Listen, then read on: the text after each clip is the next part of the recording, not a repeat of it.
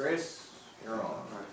Okay, so there's two things I'd like to talk to you about today. The first is like your approval to go after a grant from the state to sue the federal government to write our multi-hazard mitigation plan. This is something we do every 8 years, and it's an $18,000 grant, but about $6,000 we have to do is a match. That match will be done through labor and services rendered, so it's a soft match. So we're not going to see any actual money go towards that. We don't seem to have any of that in our packet, should we? Or You should have a piece of paper that looks like this. no? We have a couple sheriffs on the You do on the back side. Do we have maybe the second page of it? Maybe it's Not the not front page. So how much is it? It's $18,457, and then the match will be $6,163, and that's going to be met by people attending meetings and labor put into it.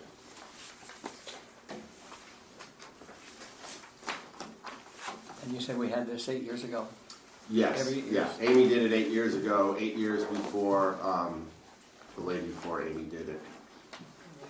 Basically what we do is we write a mitigation plan for the county. We're going to work with, right now the plan is to work with Partnership Parke County, take that $18,000, and they would basically charge the county, and we would pass that charge onto the state. The state would then reimburse them, and they would help write the plan. I'll move approval. Second. Okay, motion been made, second to approve the grant. All in favor? Aye. Good. And the next thing was just a quick update on the grants that are out there. So there are 2 grants that we're still purchasing on, and that's the fence that's going up. It's going up around the jail. We got the poles, but not the fencing. And then the other one is the generator for the highway department, which we may have a little bit more money, so we may look to put a generator in another building. We're working through that and working with the state on that. We should be getting reimbursements from the state on both the GIS data conversion grant. We requested the funds for that, and then there's the salary reimbursement grant, which we requested the funds, and that money should be coming in from the state. Thank you. Good. Okay, thank you. Thanks, Chris. Yep. Julie, I'll let you go since I know you have a lot to talk about. We did receive your information via email, so if you want to hit the highlights, or certainly about the ambulances, so it's yours. So our collections are just a little bit behind where they were last year at this time, but that's normal. We kind of fluctuate. We did it last year too, and then we hit our record high on revenue. So I'm not really concerned about it. Our run volume last year was so high that by the time we actually hit all of our summer billing from last year and we get all of that reconciled, we're going to probably have another high year this year on revenue. So Medic 1, I'm just going to kind of skip over all, because you guys have it in front of you. Medic 1 we took to emergency mobile. That's the one that we had scheduled to be up for the remount this year. So we scheduled that at the end of last year, I think September, October. They started the remount process. They had everything ready when we got the truck there to get it on the mount, get the box off, put it on the new chassis, and then building fire. So it went up later than we intended, and they also had to take that truck off their lift when we had to take Med 3 up for further repairs. So they actually found on Medic 3 what we thought was just a melted mirror. It was sitting beside the truck that caused the fire. What we thought was just a melted mirror and maybe some chrome damage turned out to be some paint damage. All of our emergency lighting on the side that faced the fire had melted. The seals around it on the outside melted, but not the lenses. It was odd. And then the seal that goes between the cab and the box melted. So I talked to Braun, who manufactured the box, and they said it had to go up to emergency mobile for them to fix that seal and insulation. So it was up there, I think, 11 days, which set Medic 1 back almost 2 weeks by the time it was all said and done. So they're still working on Medic 1. We've got Medic 3 back. It's back in service. They're working on Medic 1 now. We still don't have an actual delivery date on that yet, but I still am thinking it's going to be between 40 and 45 days now. So hopefully we'll get that one back. Medic 3, once we get this IU truck taken care of, has to go back to Peterson's for basically cosmetic damage that is left on it, but part of that's our emergency lighting. So we definitely want to get that stuff taken care of and get it back complete like it should be, because that's our brand new truck. It's a 2021. It's the one that we just did. So as soon as we can get another truck, right now we have 2. So as soon as we can get another truck to replace that one, we will get that one back in. One thing I did not put in here, and I know in my update to you guys I talked about Medic 2. That truck we intended to use as our last truck prior to the fire, and tried to hold off for 2 to 3 years, and that one would be our next remount. Unfortunately, with the fire, that's the only truck we had left. So that truck became our front truck and the only one taking most of the calls. So we've been really hard on it. I did have to take that one over to Illinois to Burke Spring for an alignment. There were some issues. Like had to have new springs and some new things. It was like $1,200, I think. So we were able to borrow a truck from Illinois, get that one over, get it fixed, and bring it back to be our frontline truck again. Unfortunately. The IU truck, so we sent all the paperwork off Monday, I think it was, last week. So it should be coming in anytime, the title and the new plates for that truck. The only problem is IU trademarked their paint scheme, so it has to be changed before we can put it in service. We worked with Peterson's, and I said, use whatever color you've got in stock, I don't care, just change whatever little bit you can to bypass the trademark. It's currently red over black with a white stripe. It's going to become white over black with an orange stripe. That way we only have to change one paint color. So Could we make it crimson No. red? Absolutely not. Here we We'll just, it's already IU. Yeah. let's get rid of that red They- first thing. IU will not let us keep it that way. So I'm sure if Roy had his way, It'd be Black black and and gold. gold, yeah. it would be gold on the front instead of. Let them in the show Yeah, that. absolutely. Yeah, We'll buy the we'll paint. buy the gold pen. As long as that cactus is gone, I don't really care. Well, I'm just I vote gonna, against that. I'm just gonna say IU sold us a truck for $1. And They not did. Purdue, See, so look at that. There's that. Well, they have all the money, no. Yeah. At the rates they're charging, according to the media, they've got the money to do it. So. Well, Purdue had that really nice truck that I sent you for sale. They It was did. like 1970s. That's right. I'm sure we could have bought that one. So as soon as we get the title paperwork back for that and they finish up the paint, it's already at Peterson's. We're just waiting for it to be finished. So that one will come back in service. It has 216,000 miles on it, I think. It is not beautiful. It's not in great condition, but it'll work for us for now. So It's important that we do say, if much joking aside here, how gracious and grateful we are that they donated that truck to our county and our EMS service. Regardless of how much fun we have with whether or not it came from IU Health or not, it's absolutely a huge benefit to. yes, well. Check the grin over there. I know. The support that we've had all across the state has been Rest amazing. my And, case. I've tried to reach out to every agency personally on behalf of our county and thank them, but when this is all said and done, I'm going to try to do something for all these agencies that have reached out to help. So we could not have stayed running without all the support that we've had, for sure. All right, Medic 4 was a total loss. They did cut the check for that, so that claim has been completely closed now. Insurance is done with that claim, so the check that we got from them, that's what we get. So we are free to shop for trucks and purchase a truck. I put some quotes on the update that I sent you, the ones that I've gotten so far. The reason that I said that they are not complete is because they're not, I didn't send out a spec sheet to everybody and have them submit a bid on the same exact setup, because we're looking at March of 2024 if we order a brand new truck. So I will absolutely do that if you guys want me to.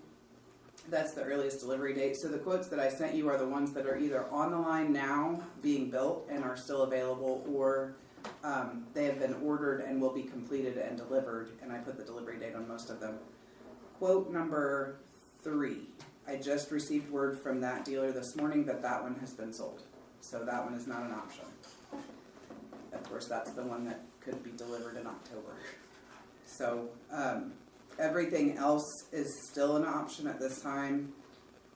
I'd rather not go with quote number 6. If we're going to have an F550, I don't want it to be a 2-wheel drive. That's going to be detrimental to our operation. Everything else, I have the quotes if you guys would like to look at them. These are there's one, the $285,000 one. That was a custom ordered truck that the department backed out of. That's why it's so expensive. It's got a lot of extras on it. Everything else is a stock truck, and those are the prices that we're looking at. So we could order one that would be less expensive because we could get smaller boxes and smaller things, but for the most part, they're still going to fall in that $200,000 range at the absolute lowest. So remind me I don't have that in front of me, what we got the settlement from the insurance. $99,786.10. Basically $100,000, so then if we're gonna do something, we really need to come up with another $100,000 to do that. Would that be how you, a little more than that, or 150? Yeah. 150,000. And I think I sent you guys the stuff for the USDA. Did I send that out to you guys? Well, you told us about it, it was in something, or I don't know if you you told me sent it about or it, told and you me said to. you might have to share that with the sheriff's department. So I emailed, or... I'm going to pass that around to John so he can look at it. Does anybody else need a copy? I brought them with me. I emailed the USDA, John McGee, the guy that we work with in this area for the USDA grants, and from what I understood because we qualify for a rural development loan, but for a vehicle it was something like you have to prove that you can't get financing any other way in order to get it. So I don't know if the rules have changed or if that's how we've done it in the past. I don't know where Cindy is, but I'm sure she could probably answer those questions. Or Justin. Basically, it's just fundage. Have you had to prove that you can't get the funding any other way? Yeah. I Okay. think it's always that way. Okay, I wasn't sure if that was something new. We haven't, the ambulance service hasn't gone after that loan for 10 years I think now. So I did talk to Justin. When I sent the message to John McGee, he said that we could absolutely qualify, but he thinks that we need to, if we're going to apply, we need to apply separately. We talked about different scenarios, and he said the sheriff's department and the ambulance service need to apply separately and not together. So I'm not sure if they've changed the way their funding works, but if you guys would like for me to dig into that a little bit further, they cover, due to our population and size, it's 35%. So we could potentially qualify for up to 35% of the total cost of an ambulance.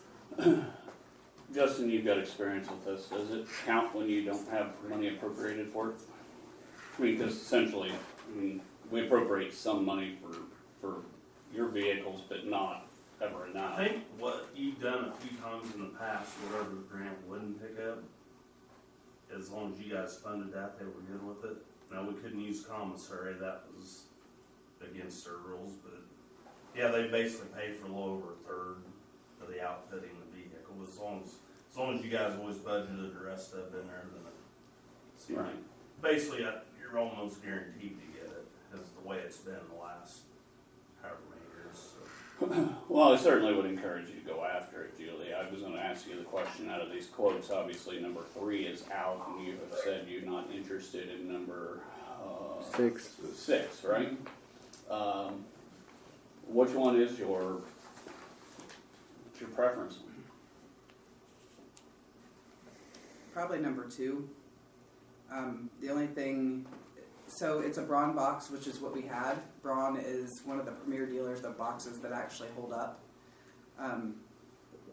Wheeled Coach, they're a cheaper company, and their boxes don't hold up. So if we want to go after the continual remounts like we do in order to save us money in the future, we're going to need to go with Braun or Deniers.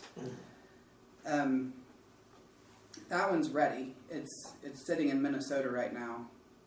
The only thing that concerns me with that is that it's diesel, and all of our trucks have been gas for 6 years now, I think. When I was started on this council, we had a couple diesels, and we had problems with Medic. one of them. Well, they were the old 6.0s.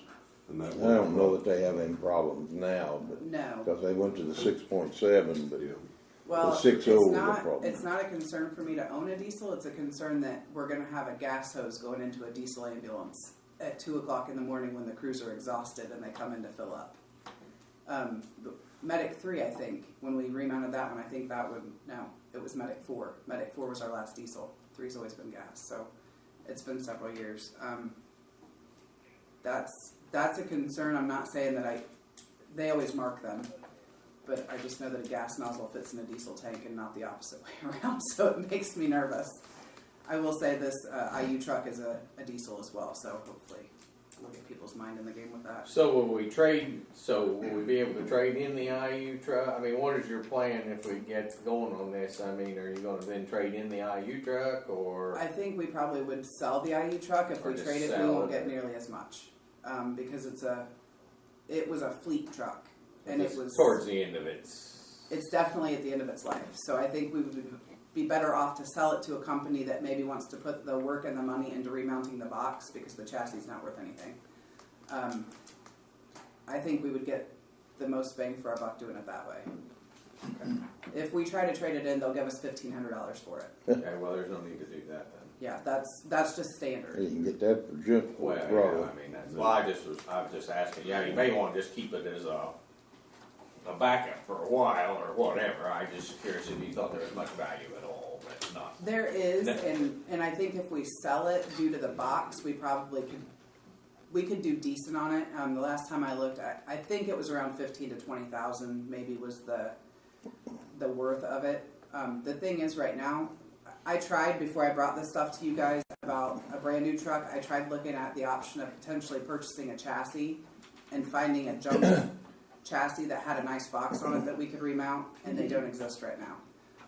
Used ambulances don't exist because it's so long for a delivery date. Everybody's holding on to everything they have, and everybody that does remounts has already bought up what was on the market to be able to remount those boxes because they know it's going to be potentially 2 to 3 years before they can get in line. So they just don't exist.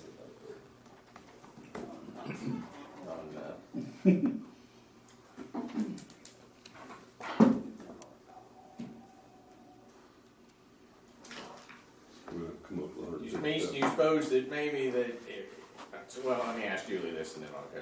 Do you think then, so how soon do we really probably need an ambulance soon then, I think, is the. If we don't get Med 2 off the road, we're going to lose it.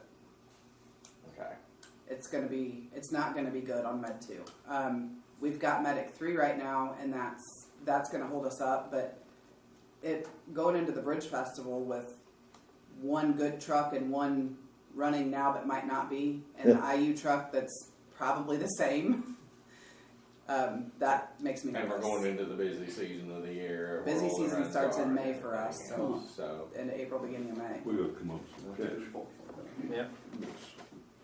That's pretty much where we're Jim, at. do you suppose that this might be something that maybe we might be able to look at some ARC funding to help with the ambulance? Yeah, I think that certainly applies, and I was sitting there thinking the same thing. I can't speak for the other two commissioners, of course, but I don't see a problem on that. We've got some other things we're gonna talk about transferring our ARC funds for. The only problem with that is right now, we don't know what our ARC funds are because we haven't heard from the state as far as their grants on our broadband. We don't know what our commitment's gonna be in the broadband. We got a couple weeks yet before we need to transfer that, so hopefully we'll hear from the state this week on which internet companies got which grants, which addresses. We know how much they've put in. We'll know what we have left, and then we can move on that. So we'll see. But I have no doubt that we're willing to do that as long as we have funds to do that. Your one in Minnesota, is that the one that's available the quickest? It's available. It's the only one available right now. That's option 2? It's not too bad, but It's a decent one. No, Oh. it's yeah, it is. Yeah, it is. Option 2. Option number 2. I don't remember. I know this is going to kind of get convoluted. How much was this about what we talked about the other day that you guys are thinking about doing the projects from, I wanna cover that in a minute, it's about Yeah. about a $500,000 right now. Okay. but then, I'm just trying to. but that was with the, but is that with the jail facade too, or no? No, that is not the jail facade, and that is not the elevator, which is not anything Well, urgent we have to do. Right. And that's not counting the, about the 34,000 for the, on-site management part of it. But I'll give you those numbers, but we're looking at $500,000 probably for that. Jail facade, we don't have a clue on, he's working on that now. As soon as we approve it Monday, the RFP for that, he'll Okay, so worst Just case. trying to map out, you Yeah, know. we're just mapping I out. can't Worst case imagine- scenario, we're on the hook for To a me, we million three or so Yeah, on to the me, we project. should have $1 million left. and We that ought to should have be at enough. least that left. Yeah, so that should be able to cover the projects that we have and cover this 150,000 of that. I can say ought to, we ought to be good enough to do that. Well, I think it goes without saying that the ambulance is a high priority. Oh, I don't think there'll be piece any of doubt they'll support that if they so- got funds to do it. yeah. Right, it's just making the funds work out to Right. do it, it's not that we don't support, not any of us, we all support it, it's just Yeah, making. and I'm the money confident to be there, work. like Roy said, we're committed about $1.5 million out of 3.2. Even if that number is different, because obviously prices have gone up since those grant requests went out, so we don't know what the real number is gonna be on that yet. They won't go any higher than that. Yeah, but They we won't should- go any higher than what we put in those resolutions. right. They're committed to that. Right, but we should have enough funds to do that, but we need to get a number together to move those funds for those things. Well, what I would like, of course, I mean, Julie's gonna need to get on this about Yes. getting Well, that that's- ambulance, we've in our already found- name, we're or. gonna lose that we're one. not gonna we'll lose that one. We need to move on it now. I think you need to move on it and hopefully. We just make it work, make Yes, it work that's where the out. funds will come out, if not, you'll have to come up with something else, but I don't think we can Got put our fun people with at you? risk in the county because we're trying to decide where the funds are gonna come Cause you from. lost one this morning. All right, so Yeah, I wouldn't- call them, You need order to it. do and- something today if you can, Yeah. really, if it'll work. I have one more question here before we get all the way to the end. How much more is it gonna take if quote 2 is your choice? How much more is it gonna take for it to be on the road here? Not, because it doesn't include lettering or cop mount. I don't know what that means, other than I obviously lettering stickers, but Right, so it would have to be painted and lettered to match our paint scheme, but obviously that's not something we have to do right this second. No. We're gonna need to, part of the lettering has to be there, the certification numbers from the state and our Right. agency logo, that's a state is it a requirement. $10,000 charge extra here? The cop mount is something that I'm gonna have to look, because that stuff is back at station. That we actually can do once it gets here. I can have Stryker come in and do that. I want to say it's closer to 20,000. Okay, so But let's we say already we tack have- $20,000. It's $263,000. The cot and the cop mount, though, I think are going to be covered under the building. Okay. Good. But worst case So- scenario, we're talking 263, 265, give or take a little here. I would say probably 265. We have 100 in the insurance claim, so there's 165 left to come up with. We can surely squeeze $165,000 out and not wait 2 years on this. For an ambulance, we better. Yeah. Yeah, that's what I was saying. So, Yeah, I think- do. That's what we need to do here, but I think this is. Well, you're in agreement. Are you in with agreement this? with Oh, that? I You're am. in agreement. I can't speak for them, but I can't imagine people I know, disagree with Yeah, that. you. But Yes. Is that the right one? Out of all of them that are available or will be available, that is the best fit for us for sure. Yes. Let's go. Let's do it. Do it. Get it done. And I'd make that call this morning, not this afternoon. Like I said, we already lost one today. Yeah. That's, Do we need to make a motion? yeah, we probably ought to have some sort of. I'm gonna make a motion to allow Julie to pursue quote number 2 in her notes, which is a 2020 Ford F550 4x4 diesel chassis with a brawn box to replace the burned up ambulance. I second it. It is a 4x4, isn't it? Okay. All in favor? Aye. Alright, well, we'll just work it out then with the commissioners and us, and we'll make it happen somehow. Okay. So if you want to proceed on with anything else you want, We already have our office trailer. Most of you are aware of that. I put that in our last update. So we've been using Major's trailer. Insurance is paying the rent for that. It is set up to be our admin trailer plus our medical supply room. It's a little tight in there, but we're making it work. Jim went with me yesterday, so insurance decided, I'll back up. The house trailer that we were supposed to get, I had to find a company to go down and move it because the company that owned it couldn't find a transport company. It was 16 foot wide and 80 foot long, which meant they had to have several permits to be able to go through 3 state lines and make it up here with that trailer. So I found a company out of Brazil that was willing to do it. They got their permits, they went down there, and the house was missing. They filed a police report, said it had been stolen. Oh, God. I don't know how somebody steals a 16 foot by 80 foot trailer. I can't find it, but we just weren't meant to have a living quarters, I think.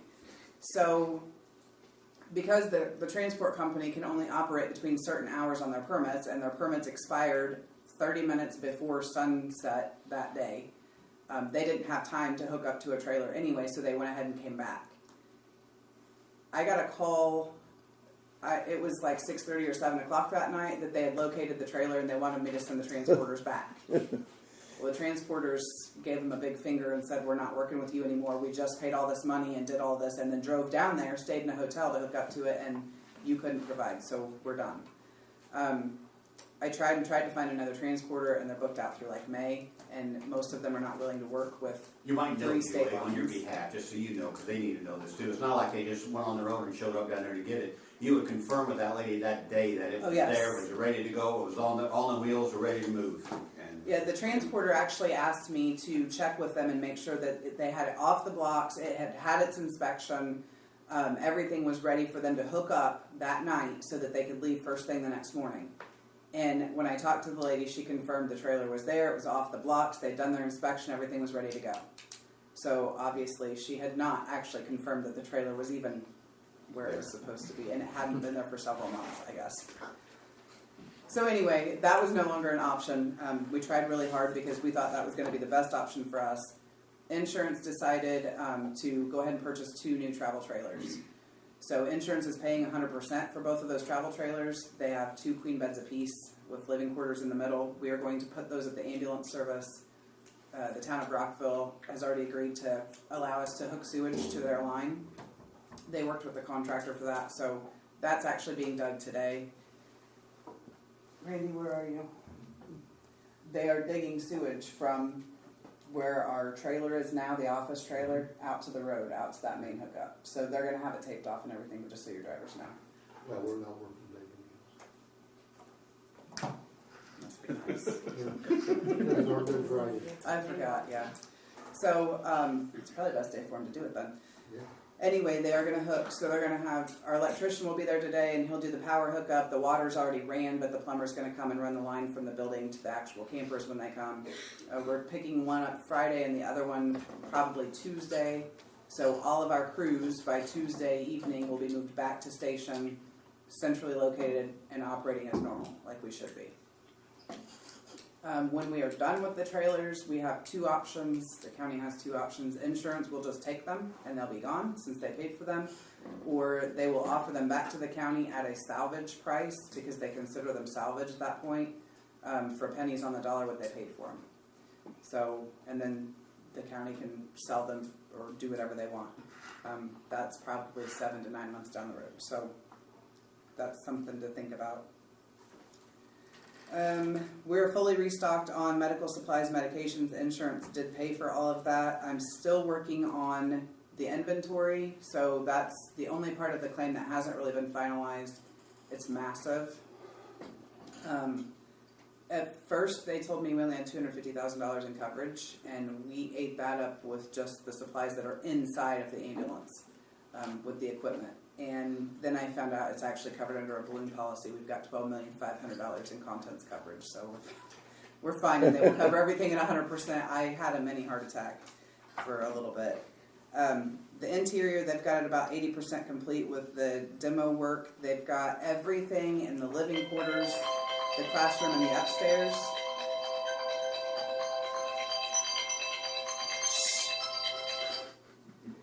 They are beginning to work on the bay where the fire actually started. So they'll do that section next. The problem is because it was a steel frame building, they have to remove all the insulation. But the steel frame was erected, and then the insulation was put in, and then all of the wood was put in for the building. So they're having a hard time because, and I remember watching them, it was kind of fun. They had a big lift and they just went up to the top. They cut their insulation the width they needed it and rolled it down the whole side of the building. They have to remove all of that, but they have to do it between all of the floors and all of the wooden framework. So now they're having to cut it out in little bitty pieces. So that's probably going to take a while. After that part's complete, then they have to have engineers come in and do all of the steel structure. So that's what's going to push this project out. He said, the contractor said he would like to say that he could do it in 90 days, but because of all the people we have to have involved, and he's working good to keep them all on a timeline, but that's what's going to push out our project. So 7 to 9 months from the day they started. I'm still down 3 full-time employees. I did get one application yesterday for part-time. So I've been advertising since the first week of February, last week of January, first week of February, I think. There's not a lot of employees out there right now. I did get a call from Morgan County. So Morgan County let us use our truck, let us use their equipment, covered our station when we had a death amongst our employees. I got a call from them last night that they had an unexpected death of their director. Oh boy. So we are returning the favor. I've got a couple employees going over to help cover their station. I said I can send people. I can't send trucks. Not like you guys did for us. So we are sending some people over to cover their station, but we're going to be doing something for them in the upcoming couple of days too. It's been rough.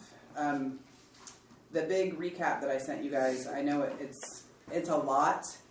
Basically, the actual cash value is what insurance has already paid out to us. So everything in this whole thing, that's what they're taking out, replacing, cleaning, or whatever. It lists it all in there. What's listed under actual cash value minus our $5,000 deductible, they have already issued a check, and we already have that. As the construction teams go along, they are sending any additional items that they have to do that are not listed in here. They send it to the insurance company. It gets approved, goes through all of their fund that they have to do, and then they will issue a final check at the end when we run out of this money. And then the campers and all the work they did the day of the fire and the days leading up to insurance getting there just to make us stay running, basically, that came on a continuity of work policy, so it's not affected by any of this. It's completely separate, and they are paying that as they get those invoices. They're really good about talking to me. They're really good about when I submit stuff, they call me that day, so I can't complain about our insurance company other than being a little odd with questions and answers that we've had to go back and forth that it was miscommunication, I guess. We just didn't really understand each other, but we're doing good now. Well, Keep smiling. And order that ambulance today. Yes. Yeah. I have Before Lisa in dinner. here, so I Yeah. will. Go make that call. Yeah. Any more questions? Any other questions? It's a lot, sorry. Oh, that's all right. No, that's- We appreciate everything that you're doing. And I will continue to send updates as things happen. I'm trying to stick with weekly updates, but sometimes, like this last time, I sent you an update, and within an hour, everything fell through with that trailer. So, all right, thank you, Julie. thank Thank you. you, Julie. Thank you. All right. Katie, you want to update from assessor or? Yes, Form 11s, which are the notice of assessment for the 22 pay 23 taxes, will be going out April the 25th. To clarify, especially for those that might be watching on Park Without Reverse, there is an increase in the assessment almost everywhere. Farmland was increased by the state. I don't handle that, that's done by the state of Indiana. Most buildings went up because the cost tables changed. The state puts out cost tables every 4 years at the first of every cyclical reassessment. We are starting a new 4-year cyclical reassessment, so they have sent out new cost tables. Wood structures, the cost table went up 13% because of all the changes in the market of getting wood, etc. So in a nutshell, there will be an increase in assessment. That doesn't necessarily mean a huge increase in taxes. Just putting that out there, it'll depend on what the tax rate does, etc. But my staff and I are preparing, and we have a lot of literature that we can share with our taxpayers and try to educate them on the process and help them to understand what's going on. And there will be those that are wrong, because we do mass assessment. It's not that it's on purpose or it's intentional. We do mass assessment, and we don't go inside your home. So it could be gutted on the inside, and we don't know that. So those will come through at appeal. But we do try to be diligent on paying attention. So last year we had 82 appeals for the 21 pay 22. The last time to go to the IDTR would have been yesterday. So I've got a couple days in the mail to see if anybody else is going. Currently I only have one going to IVTR, so I think we're in good shape on that one. And personal property forms are due by May the 16th for anybody that has not submitted theirs, if it applies to you. And that's only if you're a business or a farmer or something to that effect. The normal, everyday homeowner or taxpayer doesn't usually qualify for that. We've had some questions on that, so thank you. Okay, thank you. Henry? Good morning, guys. Morning. Morning. Morning, Henry. Early voting's going well. We've had 127 early voters as of this morning. We've had a few this morning, but I don't know how many. Haven't had any real glitches like other counties around us have had. They had issues the first day. We ran smoothly and been pretty smooth all the way through. You might say what the hours are. 8 to 4, no break on lunch. Monday through Friday, Good Friday tomorrow we're closed. The 23rd and the 30th we're open 8 to noon, those 2 Saturdays. And then on May 2nd we're open 8 to noon. You do. Have plenty of opportunities to Yes. go get it done. And everybody then will be able to pick up the equipment for the polling locations on May 2nd from noon to 4. Monday, Monday, and that's the way it goes. Yep. It's smooth, or quick. Okay, anything else? That's all. All right, thank you. Thank you. Justin? So far for the year, we've generated $50,214.50 for DOC housing. The jail fencing project, which is just fencing the whole entire back property of the jail, minus our pole barn. It started last week. They said basically they need 3 or 4 good dry days. So they haven't been back this week, but hopefully within the next week that should be completed. That was funded 80-90% with a grant, and the rest of it we're kicking in from commissary. Just due to the rising cost of everything last year when the project was supposed to go down between now. So and then our 2 Tahoes that we'd ordered last year that finally came in this year, they're both at the outfitters. It's basically just whenever you drop them off, they'll get you in an order. So I don't know where we're at in line there, but basically one of those was free. The USDA grant covered part of that, and you guys have put $40,000 out of the budget. So basically one of them is free, and then commissary and the grant's paying for the other one. Our parking lot project for the repaving and the fixing some areas on that should begin next week. That was supposed to happen last year too, but didn't, and that's entirely funded with commissary. 56 inmates currently in jail. Then the last thing that I had was the LCC grant for National Night Out. I don't know if you want to talk on that now or. Sure. Just basically the National Night Out, something that we've done for the last several years. This year we talked to the fair board. We're going to do it parade night. That's the night that they requested it be done. Just we're trying to help the fair out, but it'll help us out too. Basically, it's a good community event. It bridges the gap between law enforcement and the community. I've heard the fair is probably the best time you're doing that anyway. We're not going to be conflicting with sports or practices or vacations, stuff like that. The Parke County Local Coordinating Committee, they had hit us last year. Last year's the first time we've ever had anybody give a grant for it. It's always been funded out of commissary or donations. So they were willing to do that again this year, so we asked for $5,000.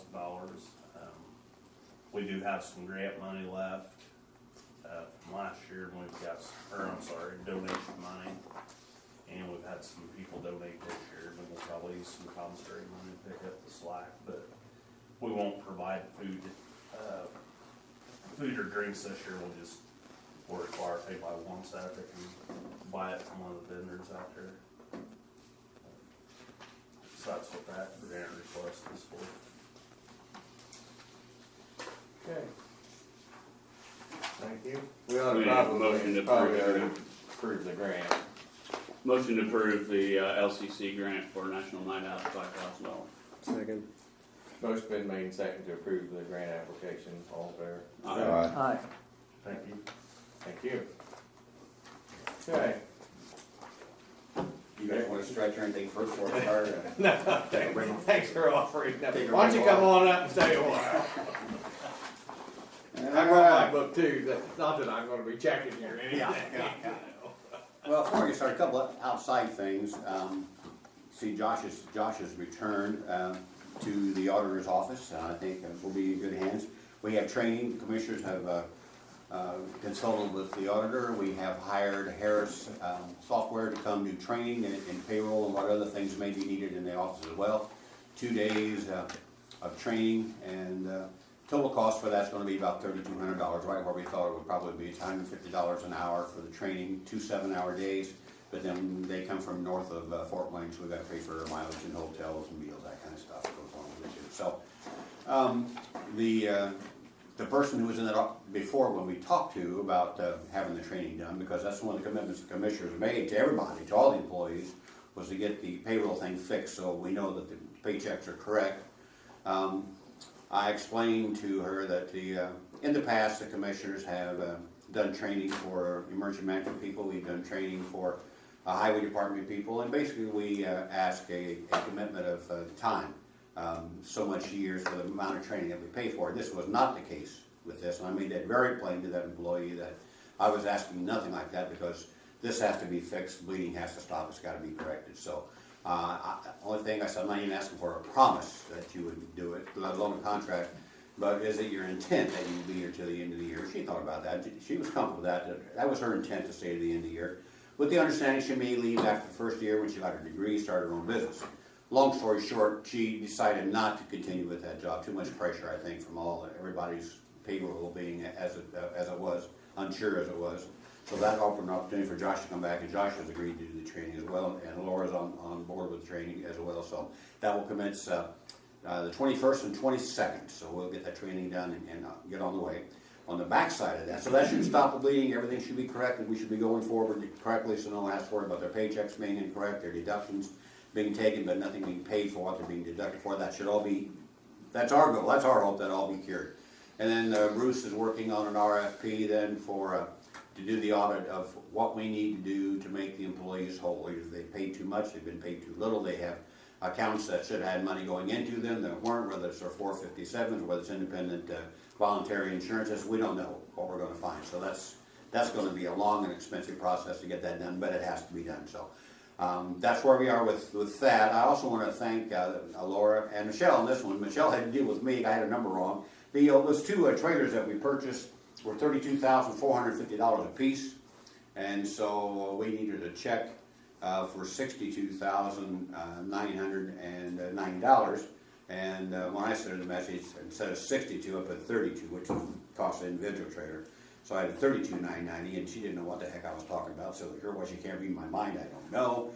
But that's where you did good, and I appreciate that. Sorry I caused a problem with you on that. But I really appreciate them working so quickly on that, because this, as Julie explained to you, came up all of a sudden. It's got to be done now. So I conferred with both the other commissioners. They were on board with making the purchases. I asked Laura if we could get a check that morning for those trailers, and they got that taken care of, and we got the check in hand, went out and purchased. So now we own two 33-foot trailers. The insurance company paid 100% of the cost. There was no cost to the county for those. as Julie explained to you, when it's done, we can sell them back. I talked to Skies, if he'd be willing to buy them back, and he would if the price was right. We don't know what that would be. So we will stand to actually make some money off of this. The commissioners may decide just to set them up on the square and rent them out for, holidays and vacations and stuff. We'll see what we do with that. And maybe open our own little RV park on the square. We don't know yet. We'll see how that works. But anyway, thanks to the office for working with us on that. So we have those accounts. The other thing that we met, a couple commissioners, met with a couple council members, went with Core Facilities.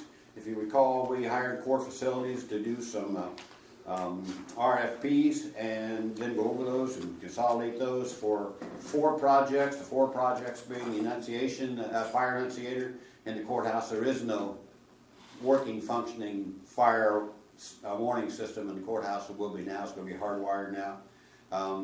We have AC, HVAC units on the jail that need to be replaced. There were 7 of them, I think, is the total number. And those are at the end of their lives, and so we could save considerable money by doing them all at one time in one project, and so he got the RFPs for that.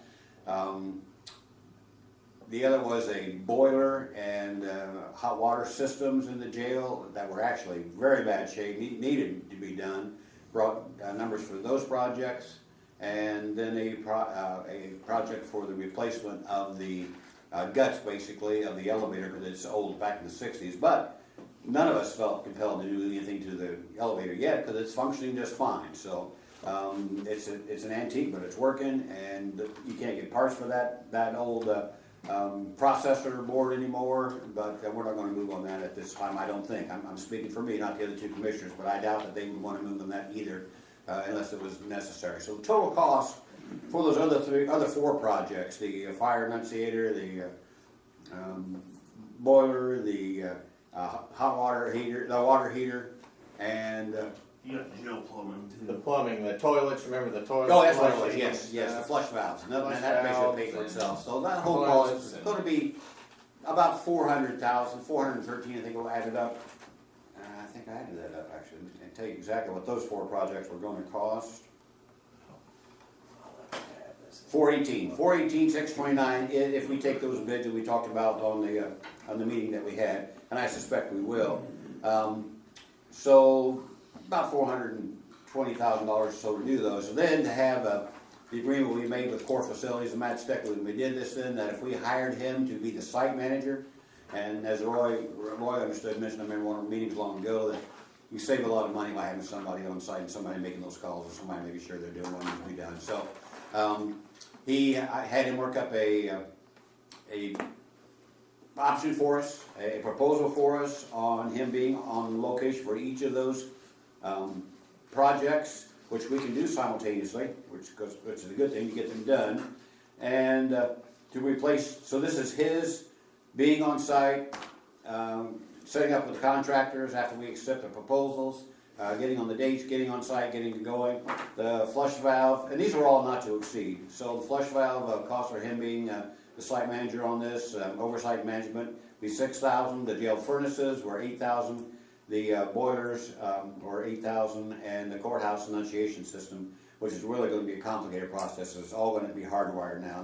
The one we have now, which is not good, is wireless, and no one really deals with that or recommends wireless anymore. So that total cost were not to exceed $34,000.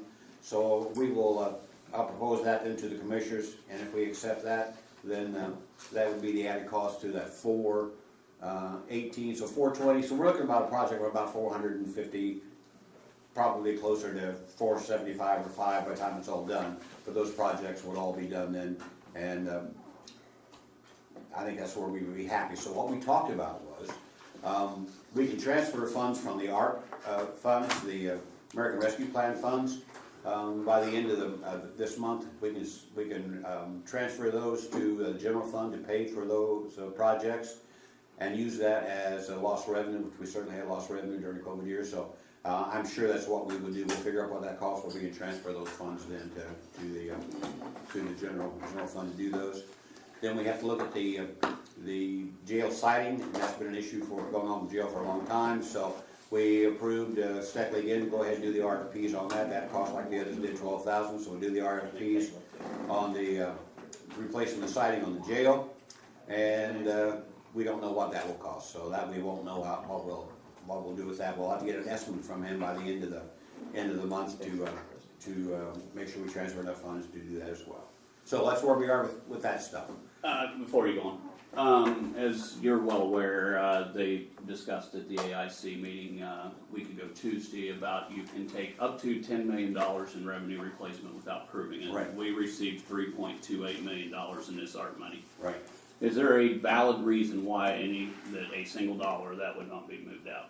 Yeah. Claimed in revenue replacement, because that opens the door to spending on whatever you guys deem, versus having to deal with the treasurer's guidance anymore. That's the key. As long as we can come to an agreement that that's what we will spend it on, because it's obligated from the state to us, that's the commissioners will decide where that goes. We've already had the discussion, you might not want to spend the money on some things that we would want to do, and the word given to me was that you may choose not to appropriate the money to do what we approve. We still have that option now, because it's still. No, you can do that, but then we would have to take that to court, and the court would decide that you have to pay, because that's what statute says. We don't go down that path. So as long as we have some kind of working agreement, those dollars we transfer to the general fund, we're going to be spent by commissioner wishes, and commissioner wishes only, then yeah, I don't see a problem with that either. But I'd have to have that commitment. We're just not going to give up our obligation. We're obligated. That's what we're commissioners. It's what we do. It's what we're told to do, and we intend to do that. And it's certainly not a trust issue. It's just that how do we have? I don't want to lose the control of that if we are obligated to control that and spend that as we see fit. So we'd have to agree about how that works out. And I have no problem with that. You guys tell me that whatever that fund level is, we can track what the dollars are, and those dollars are there for us to do with what we think we need to do, then I have no problem with that. I don't know that and I haven't read that new rule in detail, but I don't know that it says anywhere that money has to be moved anywhere. It just gets claimed as revenue replacement. That's really what you're doing, is I think just claiming it as You're revenue claiming it, replacement. and it stays in that fund. It'll So stay you in know the fund. exactly what's in that fund. We're not gonna move it to the general fund. Lord knows that wouldn't be able to be tracked properly. That's right. There is no reason whatsoever As to long as move we don't that have to the general fund. As long as I we agree. don't surrender the control and deciding where that's going to go, I would have no problem with that. That would be fine with me. Well, I don't really feel like you're surrendering any kind of control. Okay. It's really more of an accounting type deal that we can claim it all as lost revenue. And that would not We'll be a still problem. have the same discussions like we always It would, also- regardless of whether, you want to spend it on whatever. Right. Yeah, and as long as that doesn't change, I don't know why they would have a problem with that. It That makes also- life easier for everybody that way. It also allows, as you well know, at this point, you cannot use that money for an example as a road project. Right, but we can just transfer. But if you claim it as revenue Yes. replacement, it can. Yes, it can be. It opens all the Yeah. doors to whatever you Yeah. want. And that doesn't mean that we're gonna try to force that on you. No, or vice I'm just versa. using it as an example because I that's something that we have talked I about. understand. Yeah, we We understand. have talked about Yeah, we that. have. So it's an example, it's been ruled by the treasury a number of times, you can't do that. We have looked at some options. We were looking to spend some dollars to upgrade our website, which is just pretty much in. We're in agreement. I'm in agreement. Oh, I understand, but what I'm saying is we're doing that through the state now, so our only commitment to the state is $250 a month, and they are the webmaster, and they make all the changes we need, so when we have changes of officers, new people coming in the courthouse, that's a continuous. So we're really not even gonna have to do that now through the No. ARP fund, so it's Well, not, oh. yeah. uh, Nope, so even that's better- what even I'm better, saying. even better. Yes, that's what I'm saying, so really, in my mind, that probably frees up $150,000 right there that we didn't think we would have to spend on stuff, so I have no problem. I think we're gonna have funds enough to do everything that we feel we need to do, so long as we have that gentleman's agreement, that will still be the deciding factor where that money. Well, but there should be no transfer, it's just merely a Okay. Should stay in designation that by Okay. you all that it's lost revenue, and then, That's it, and then that opens the doors, you do whatever, you can do whatever you want. It gives you all. It really the helps spectrum. you in the long run, because Absolutely it it gives you does. more flexibility. All the flexibility in the As world. long as you understand my concern, I am good. Okay, well, we understand your concern. Yeah, okay. So I would not have a problem, so we'll figure out how to do that then. But we're gonna have funds available, funds sufficient to do all these projects that we talked about, which are all necessary projects. There is no fluff here on anything. Should have enough, I'm not sure, we will have enough to do the jail siding replacement once we get the bids on that and figure out what we wanna do. And that'll be all of us again meeting together to see what we wanna do with the jail. It's not, I don't see that as a commissioner decision. I think that's taxpayer decision what you wanna buy with that. If you're gonna go metal siding, what you're gonna do, but once we decide that, then we'll have to commit those funds to that, so. You might cover just briefly about what they did give us on the siding, and that we asked then for metal siding quote.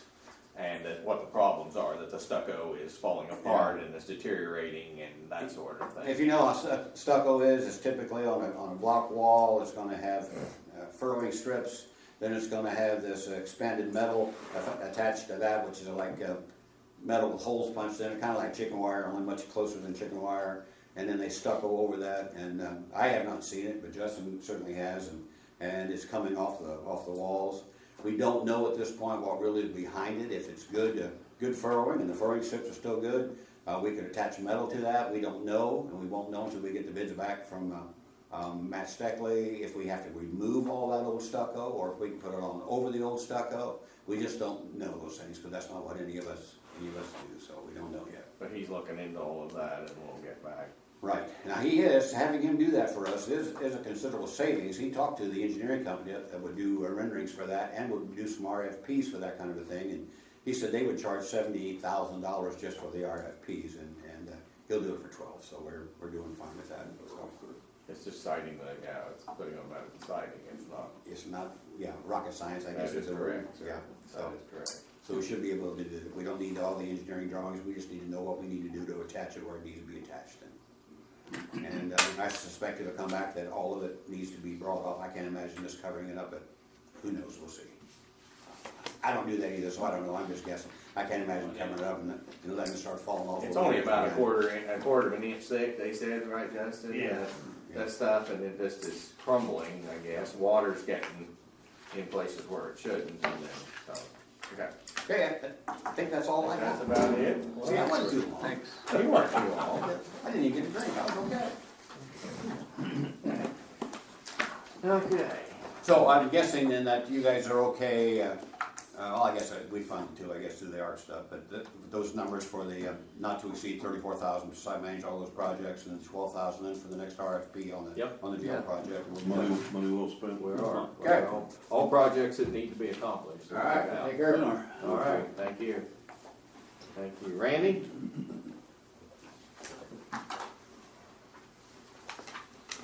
Morning. Morning. Morning. Trust everybody's doing great.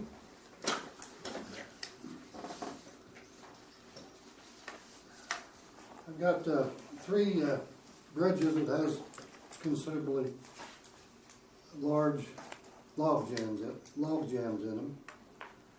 One of them is up in Lodi, Bridge 205.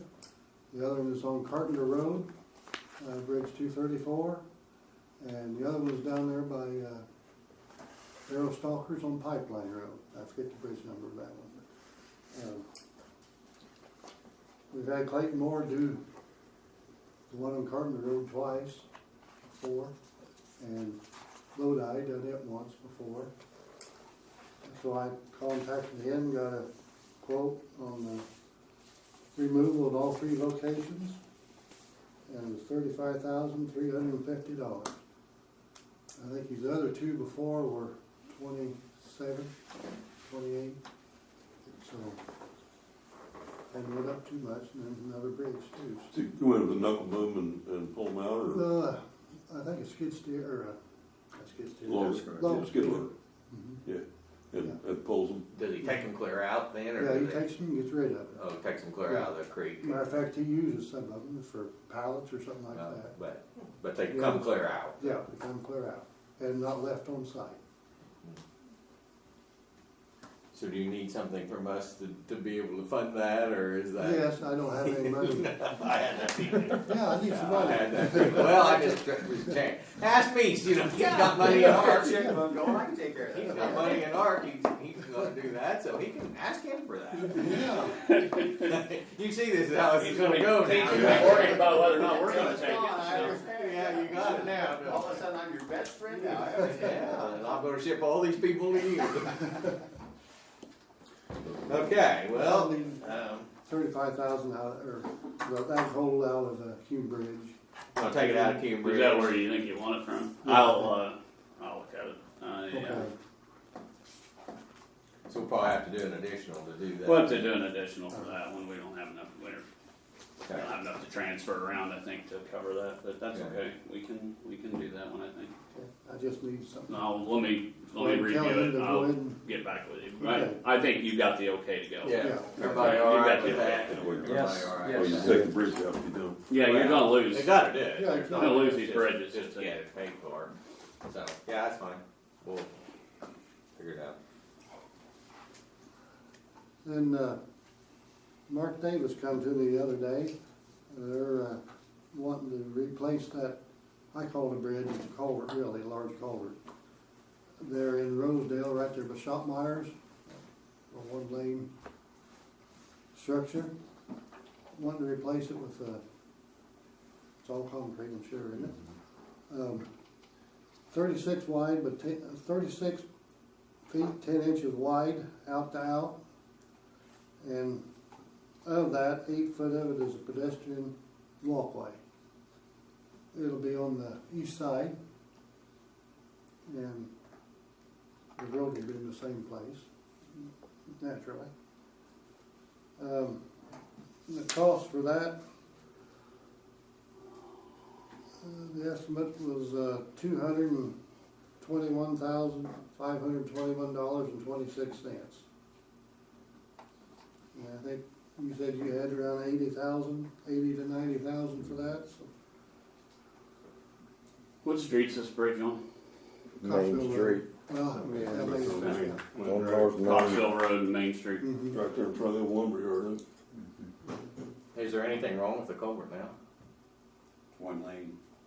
Pardon? Yeah, it's really one lane, but that's not One it. lane, but I think mean, it's not, the structures, the structure is Structure's fine. sound. yeah. If I can throw it in, I hate to interrupt you here, but, he was looking to replace that in coming time anyway, just cause it is old structure and it's Yeah, small. down the road a ways. But what we talked about in the commissioners' meeting was that we are fine with replacing the bridge, fine with the expansion to make it available for the trails, but we didn't want to pay any more than what we would have paid for a bridge replacement, and then the funds that they have for the trails can make up the difference. That way we're making sure that the county's not spending any money toward that trails project. So Randy's committed to pay what it would normally cost us to replace our part of the bridge, and then the trails take care of the rest of it, and that's what he has funds for to do. But we're replacing before it's really needed. I mean, as far as necessary. It's not Yeah, necessary I to don't replace think, it. I don't think the bridge. You're gonna replace it down the line, Yeah, but you weren't going to do it today anyway. no. We got other places spending money. That's my take on it. Yeah, we're gonna replace it sooner or later, and when that occurs, then we can talk, but just to be doing it ahead of time because somebody wants to widen it, no. That's my opinion. So would the county be doing it themselves? Is this a? No, it'd be contracted. So we have to bid it out then, so we really don't know the No, cost then, do we? no, I presume that it would have to go to bid. So is it just a No, culvert, no, or, no. it's hard for me to picture, but is it just a round culvert, or is it No, more? than it's that? a concrete concrete structure. It's a concrete Yeah. structure then, so it's really not quite correct to say it's a culvert then, it's No. more of a, it's just basically a one-lane bridge then. I mean, what's the length, Now, to do me, you know? A culvert is a concrete Yeah, structure. well, yeah. And pipe is, Sure, uh, kind of semantics, but Yeah. how long is the bridge? I mean, is it, you know? well, 18 feet, I believe, so it's not a 18 feet, bridge. So it's not very long. No, it's not very big. 18 feet doesn't make it a bridge, right? No, it has to be 20 feet. 20 feet Oh, would be a it's a bridge. big bridge, okay. And this one's another thing that I just seen, I didn't, earlier this morning. I think this is gonna be 20 feet long. So that's gonna make it a bridge. I'd rather keep it down a little less than the bridge if we could, but if I was gonna do it. So how are you proposing, and I'm not saying it's gonna happen, obviously, but if you were gonna, how are you proposing to pay for the county's portion then? They would just have to get it out of Cume Bridge. Yeah, because this is not budgeted for, I No, don't it's believe, not, or no. anything, so that this would have to be something that, well, you know, most of the time the answer here is that, I mean, this is a budget time decision, not a Yeah. now decision, because you've admitted yourself it's not an emergency, Yeah. so, quite honestly, I think this is a budget discussion. You know, Okay. Unless it's, I mean, everybody's welcome I to agree with you disagree with that. 100%. I mean, that's most of the answer generally, that this is a budgetary time discussion, not now. There is no emergency. No, I mean, it's you've not said right. there's no emergency with this, so I'd say you can propose it in your 23 budget and we'll see Okay. what happens. All right. I can do that. Yeah, see, that's all I had, I believe. You said, well, we kinda talked to this before, but community crossings haven't heard anything, No, I but haven't heard expect anything to hopefully soon or. And generally Jim here before we do. It was supposed to be the first week of April, it hadn't happened yet, so now we're at the end of the second week of April, I haven't heard yet, so. I don't know if that's good news or bad news, don't know. They haven't announced the broadband grants. It was supposed to be the first part of April too, so it's hard telling with them. Probably that's all behind the rest. Oh, I'm sure they are. Yeah. Did you have anything you want? We have a reappropriation on here. Is there anything you needed to say about that? Oh, this is for that truck that, Oh, yeah, so going back in the, equipment, yeah, no, there's nothing. Okay. That's fine. I've looked for a used truck, I did find one, it's a triaxle. so say there's a used truck sitting down at Belmore. Yeah, that's a little small. Small. I wouldn't mind to have that truck. Imagine that. Good handful. No, there's no Wouldn't mind doubt. to have that truck for the bridge truck, but, No doubt. we're getting by the whole. Oh, Mesa's got money, any money. But I think, this triaxle's $87,000, quite a few miles. I'm just kinda thinking maybe we might just talk about it and see if we can maybe order a new truck, if I can, cause you won't get it till next year anyway. And put it in the budget, keep this money to, I'd pay half the truck. So this is for a dump truck, right? Yes. That's the one we lost. Is that the one that turned over in that creek or Correct. something? How old was it? Do you remember? No, I don't. Okay. It's not real old. Yeah, I can't remember the year of it though. it's semantics. I'm going to get to that. Okay.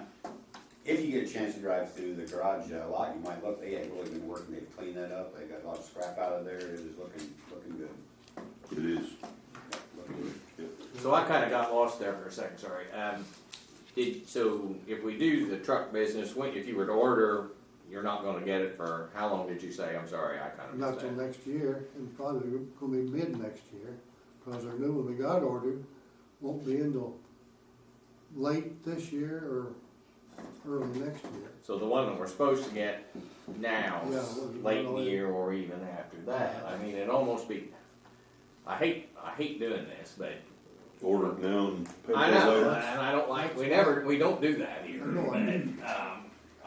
we're kind of in Things a have changed. I time mean, where. it takes Things have changed. forever Lead to times are I so know. terrible. Well, You it can't used buy to, if we one. decided to buy something, why, 6 weeks later we'd have it, Yeah, but but not no, anymore. it's a year out, more or less. I mean. Do we know that this truck was bought out of MBH? I don't look that up. I doubt it. Well, the last several trucks have been bought out of seated, so that would I think determine. this one was MVH. If it was, that's Is it fine. mine The reason before? that I'm asking the question, there's reappropriations written on here for MVH. If it was bought out of seated, it would go to seated, which would be because that's probably where we'll try to buy this truck from. which we've been doing.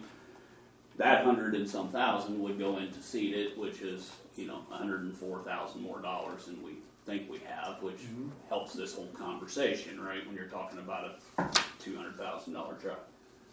But if it was bought out of MBH, that's fine, and that's where it belongs. I'm We just need to research that, either Randy, you need to, or Laura can, or one of you needs to figure it out. You just so we need to get make sure it goes into where it in came the right from. account. Well, I'm thinking this one was bought back before we. Well, maybe was you getting could- it. maybe you guys can look It's it up. That's why I asked But you how I old may it be was. wrong too. That's why I asked you how old it Make sure was. it goes in the right pocket. Yeah, well, if you could Yeah, research we that, can or do work that. with the auditor to And then we can Make punt this sure. reappropriation for now. make sure. So you're wanting to wait until they research? Well, we can punt that to make sure that that's where it goes, because it does matter where we're going to, where we buy this truck from, and where that $100 and some thousand goes, right? Yeah. If it's going into seated, it's easier to deal with it there, but if wasn't bought there, then it doesn't go there. It goes to MVH if that's where it was bought from. And I don't care where it goes. We just gotta make sure we we get it right. That's the only thing.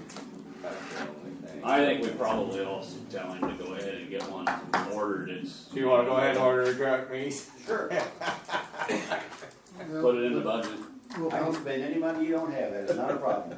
we'll probably have to go through the bid. And here you're worried about whether or not we're gonna take your art money. Yes, I am. Capitalize that. We'll probably need to go through the bid cycle, I imagine. So, Oh, Yeah. Yeah, it'll have to So, be. Yeah, I'll bring it up to the next commissioner meeting, get them. Well, ask them, and if they get their blessing, I'd say go ahead, because, Okay.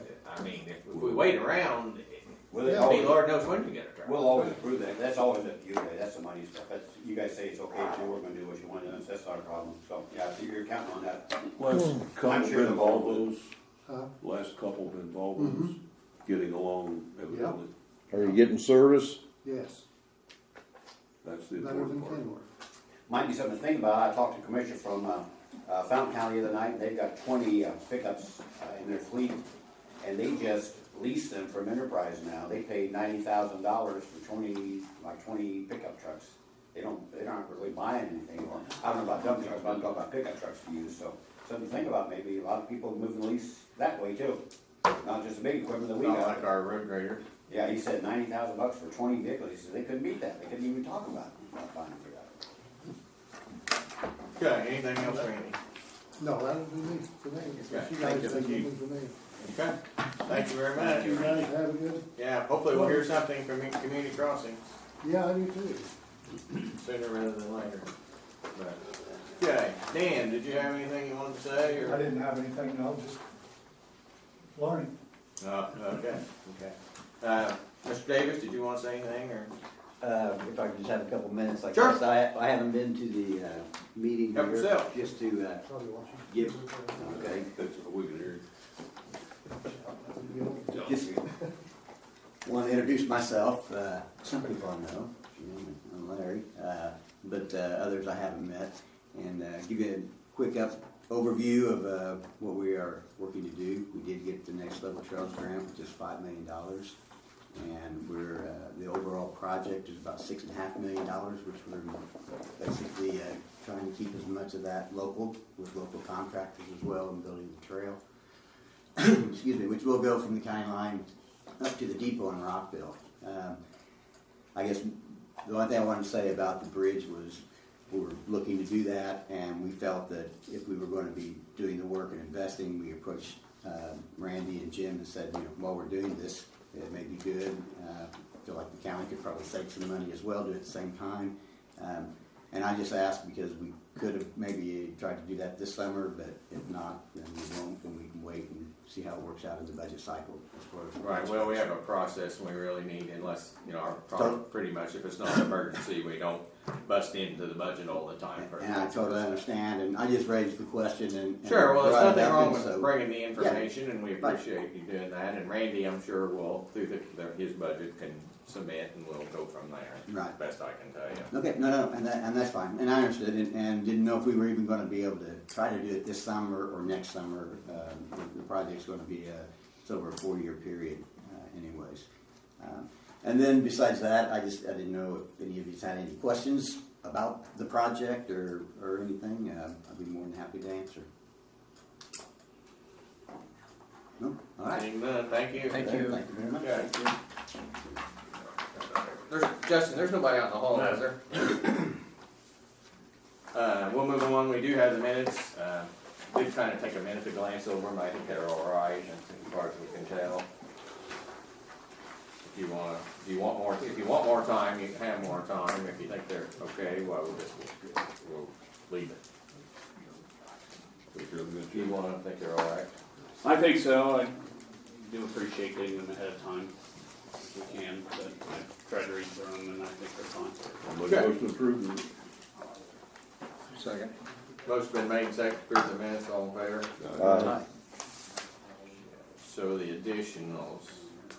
So, on the vehicles, we'll probably just need to encumber that. We need to encumber that. We don't need to do an additional to do that when they can be encumbered. The CCD one, Yeah, we budgeted for that in 21. They put the order in. They didn't receive them, nor did they get invoiced for them, but they did order them and they can be encumbered. So there's no reason to. Purchase order to put into that file for that. Well, I'll tell you what, we're gonna approve that as an encumbrance, and that's That's what fine. we have to do.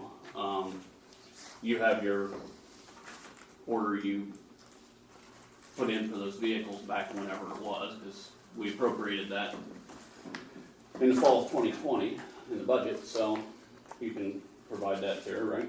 Oh, yeah. Okay, thank you. So before you, we just have for the TIF, what was that for? I forgot what That is for the, to pay off the loan Oh, that's to Montezuma for the utilities, for the water and sewer project in the West TIF. That's what that's for. The balance owed was 79,000, give or take a little bit, and we had made the payment, reduce that, so we appropriated more to go ahead and pay it off and get them their money. We quit paying interest. So you'll only be acting on just the West Central one then? A motion to approve the additional for the West Central TIF in the amount of $25,000. Second. Motion been made, seconded, all in favor? Aye. So we can just drop the Cume Capital one down there, vehicles, you want down there two encumbrances, is that what you wanna do? So we'll put that down there, we'll just move it down.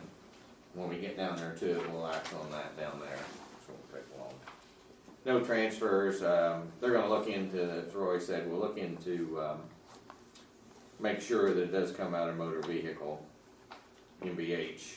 Yeah, let's just make sure that goes in the right So we'll just place, check so we that, know where so we're gonna we'll try and get act money on for the that, truck. we can just do it next month. Pay the jury, Make a motion to pay the jury. Second. all in favor? Aye. Okay, and then the encumbrances have been identified. And like I said, we'll move that Cume Capital Development 40,000 down to, so that it can be encumbered. So moved. Second. Motion been made and seconded, all in favor? Aye. Redevelopment, We did meet, we discussed that, paying off Montezuma, the balance that was left to be owed to them and being done with that. What else did we talk about? the 41 sewer project is hopefully gonna move forward now. It'll be extending sewer from basically what street? Anderson Street, Anderson, roughly. clear out to Scott Petts. The last landowner finally agreed to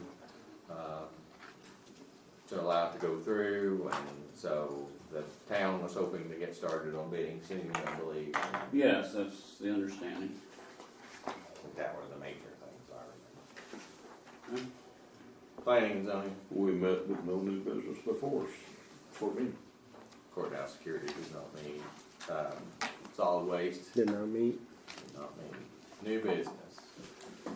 Okay, what is the next resolution number? Oh, four? Before. Okay. Present resolution 2022-04 for your consideration. This is a joint resolution of the Board of Commissioners and the County Council of Parke County setting terms and conditions for the recuperation of overpaid salaries for employees of Parke County government. Now, I'm going to skip the whereas. I will read the meat of this, and then I will have some comments on how we arrived at this that is not in the resolution. So, now therefore be it jointly resolved by the Parke County Board of County Commissioners and the Parke County Council, the following will be implemented to correct the audit finding. In the recent audit performed by the State Board of Accounts, it became apparent that most salary positions were overpaid in 2019. From this finding, the county government is responsible for recovering this overpayment. In discussion with the State Board of Accounts auditors, the following determinations were made. The SBOA calculated the overpayment for all elected county officials. These numbers will be used as the official amounts that must be repaid to satisfy the audit report findings. Number two, the SBOA did not calculate the overpayment for all other salaried employees. These amounts were calculated by County Councilman Roy Reitzman and upon adoption of this document will be considered the official amounts that must be repaid to satisfy the audit report findings. Number 3, any employee who was employed as of February 14th, 2020 and continues to be employed is subject to this recuperation of funding. Number 4, any former employee who was employed at that point and no longer employed is not subject to this recuperation. It has been determined that it is too difficult to determine exactly who received the overpayment and when they received it. Further, it is difficult to recuperate the funds from those no longer employed, therefore these individuals have been exempted. The only exception to this is any elected official is still subject to repayment of the excess pay received regardless of current employment with Parke County. Number 5, any employee who became employed after February 14th, 2020 is not subject to any recuperation. This applies to any elected official who assumed the office after 2/14/20. Number 6, any otherwise affected employee who, when calculated, is evidenced to have not been overcompensated has been exempted. Number 7, hourly employees are not subject to any recuperation of pay. It has been determined that hourly employees were not affected.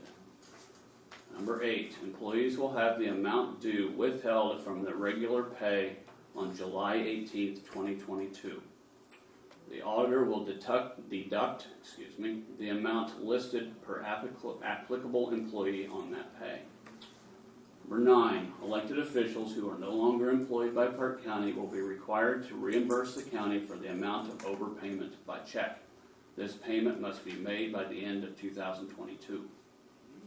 Number 10, the attached list includes the positions, the affected appropriation line, the names, and the amount owed by applicable employees who were subject to this recuperation of funds. And number 11, the auditor shall inform both the Parke County Board of Commissioners and the Parke County Council once all funds have been recuperated per this resolution.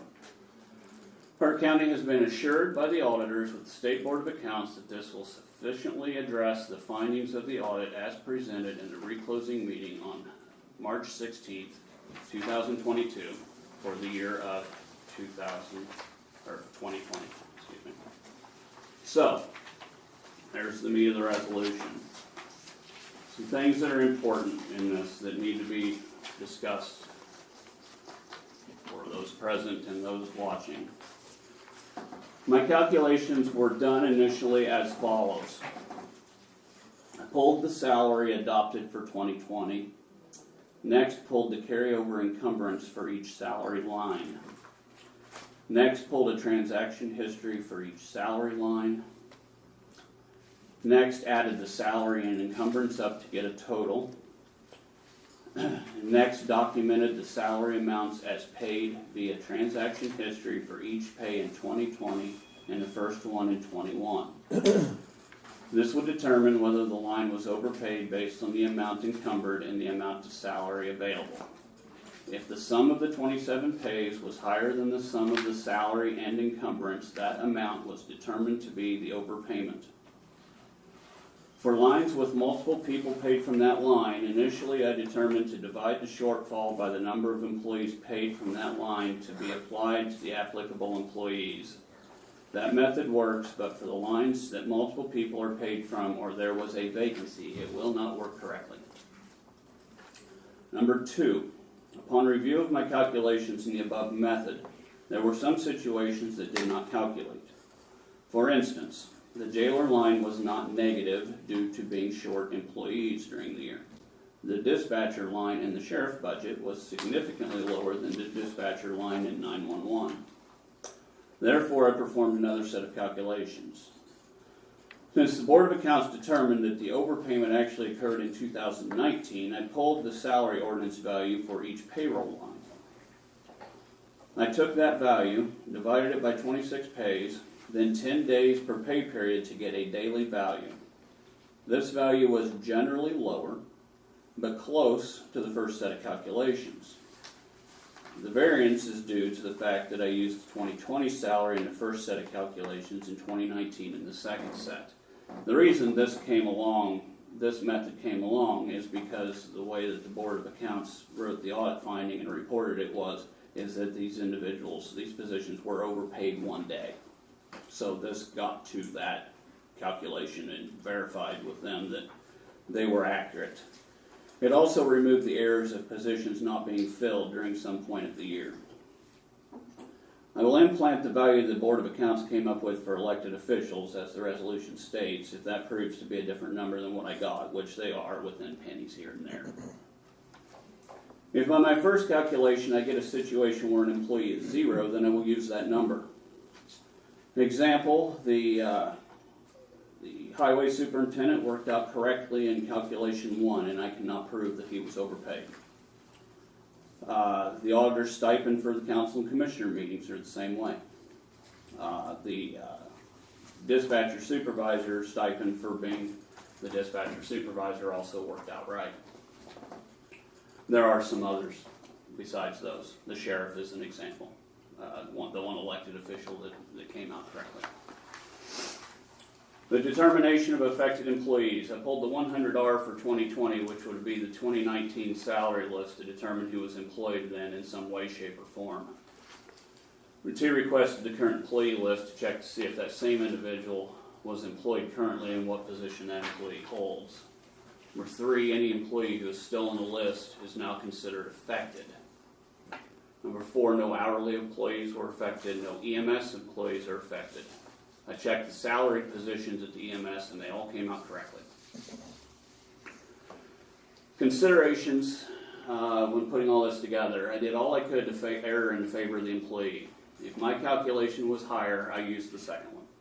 So if I came up with a higher number through the encumbrance appropriation method, but the second calculation came up with a lower number, that's what I used. Any employee who's a different position on February 14th, 2020 than they are now will pay what they were overpaid on February 14th, 2020, not the position they currently hold. Other than the administrators, the highway was not affected as they're hourly. So, questions? That's what I have to say about that resolution at this point. If we choose to adopt this, then it will move to the commissioners to be considered by them. If they choose to approve it as well, then it will be presented to the department heads so that they can communicate with their employees exactly how much they will be recovering. One final statement to make that this obviously shall be withheld from the gross pay. This is not a net pay deduction because it would be a reduction in the salary for that period. That would theoretically correct any tax implication that anybody had from it, from having paid tax on this. So it will reduce their salary, and in many cases here, it will correct the encumbrance issues that exist. This is the least painful method to get away from the State Board of Accounts. It's the least painful method for the findings, for the discussion that we had that day, to accomplish what they have ordered us, directed us to. And they seem very comfortable with this. I assume they've read it, seen it. I went back with Misty again early this week, I believe it was. May have been late last week. Sent the documents to her, asked her to open them while we were on the phone with each other and review it again. She assured me that this met the requirements, they were what they wanted to happen, and it would be done. Good. I will make a motion to pass resolution 2022-04. Second. Motion been made and second to adopt this resolution, and it'll be passed to the commissioners for their consideration. All in favor? Aye. Okay. So you guys meet Monday then, so then it'll come to you, and then you guys can. Do we have a copy? Sure. That I'm one gonna right give you there. that. I'm gonna give you this one right here. Oh, don't give it to me, it won't show up.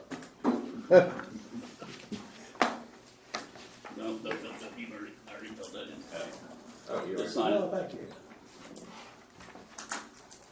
Okay. Does anybody else want to say anything more about that, or is that? Okay. Anything else? I have a statement on the audit. Sure, go ahead. State Board of Accounts recently completed an audit for Parke County for calendar years 2019 and 2020. Audit report B58410 was filed on 1/25 of 22, and report B58874 was filed on 3/23 of 22 on the state's website. The audit was able to identify several deficiencies in county government. There were several departments that were identified in the report, but none that stood out quite as much as the section that detailed the deficiencies of the auditor's office. Following list is just a sampling of each report, but highlights some of the more profound problems. For the 2019 report, internal controls was identified as a deficiency, with balances stated incorrectly in the annual financial report. MVH and MVH restricted funds were not separated. There was more on MVH restricted. 50% of MVH revenue was not deposited into MVH restricted fund on a monthly basis. There was no reconciliation of funds between the treasurer's office and the auditor's office. The auditor's balance was auditor balances were $661,707 greater than the treasurer balances. Under capital assets, no detailed listing of capital assets and the required physical inventory had been conducted as required every 2 years. There were also overdrawn cash balances. In the 2020 audit report, more on internal controls. Similar to the contents before, balances and activity reported incorrectly in the annual financial report. MVH and MVH restricted funds were not separated. Auditor records were not reconciled with the treasurer. More on capital assets, same as before. There's no training on internal control. Certification was not made correctly to the gateway system. No documentation on employees receiving training. Compensation and benefits. The auditor overpaid most salary positions by 1 day in 2020, as we just talked about. Conditions of records. There's a variance of $9,631 between the treasurer and auditor related to fall 2020 settlement that was not rectified. With the exception of general fund, all receipts and disbursements reported on the annual financial report were classified as other instead of proper classifications. Sufficient documentation for verifying lease payments was not retained and could not be provided for the audit. And a schedule of capital assets and schedule of payables and receivables could not be verified to supporting documentation. More on MVH restricted. It should be noted that when these reports are finalized and published, the State Board of Accounts includes all relevant statutes, rules, and guidelines for each section. These criteria are put into place in an effort to help the sections being audited correct their deficiencies moving forward. If you review the reports in detail, there are 4 pages in the 2019 report and 6 pages in the 2020 report dedicated to the auditor's office alone. In the 2015 through 2018 report, 4 years, there's 1 page. And that page is all about the incorrect annual financial report submitted by the current auditor at the beginning of her term. These errors have been pointed out before, and these errors, among others, continue to happen. As stated previously, this is a small sample of the information. The full report is far more damaging. We can and should be doing better. These audit reports are a black eye to this county and frankly are inexcusable. This county and everyone in it deserve better. That's all I have. Okay. I neglected comment on something. that? Sure. Sure. The gateway is something that you have to upload. The MVH was separated in the Harris system. for the 2019 and 2020, when, and the Harris system is what it is, but the funds were not uploaded correctly in the gateway. The Harris funds stand like they are, but the gateway was not correctly uploaded, so that was what the problem was. Now the gateway has been fixed. All the funds do now match the Harris system. But the MVH was separated both years. It just was not separated in gateway, and gateway was not correctly uploaded. So you made some improvements on that, that's good to hear. That's what I guess I heard you say there, right? Right, I had to go back in and correct all that gateway to match the Harris system. Cool, good. I neglected to mention in the resolution, there's one exception to the withholdings coming out on July 18th, and that is for myself. I was paid by this county council, was determined to be paid by this county council $1,000 for preparing the budget for 2019. That was done in 2018. That deposit was made with the Parke County Treasurer this morning, as per the report of collections that I'm holding in my hand, to address that audit finding. They determined that that was not an acceptable practice to have been done.